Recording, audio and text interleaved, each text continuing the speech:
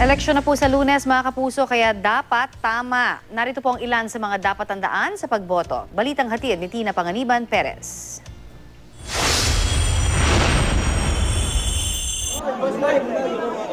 Sa darating na Lunes, araw ng eleksyon, sisimulan ng botohan pagpatak ng alas 6 ng umaga.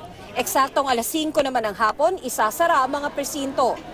Bagamat mas pinahaba ang oras ng botohan, mas makabubuting may dala ng kodigo o listahan ng mga iboboto para mapabilis ang proseso. Huwag sa cellphone ilalagay ang kodigo dahil bawal mag-cellphone sa loob ng presinto.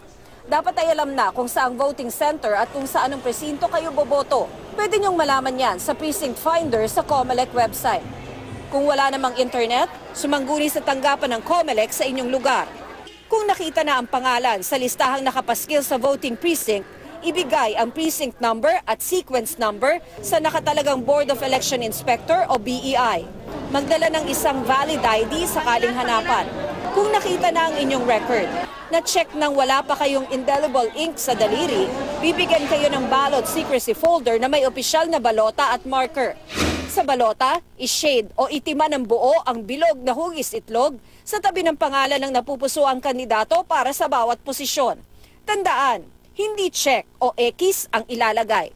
Sa oras na makumpleto ang boto, magtungo sa vote counting machine o VCM para doon ipasok ang balota. Kapag lumabas na sa screen ang VCM na naisama na ang inyong boto, hintayin lumabas ang resibo. Paglabas ng resibo, itutupi ito ng BEI paloob bago gupitin.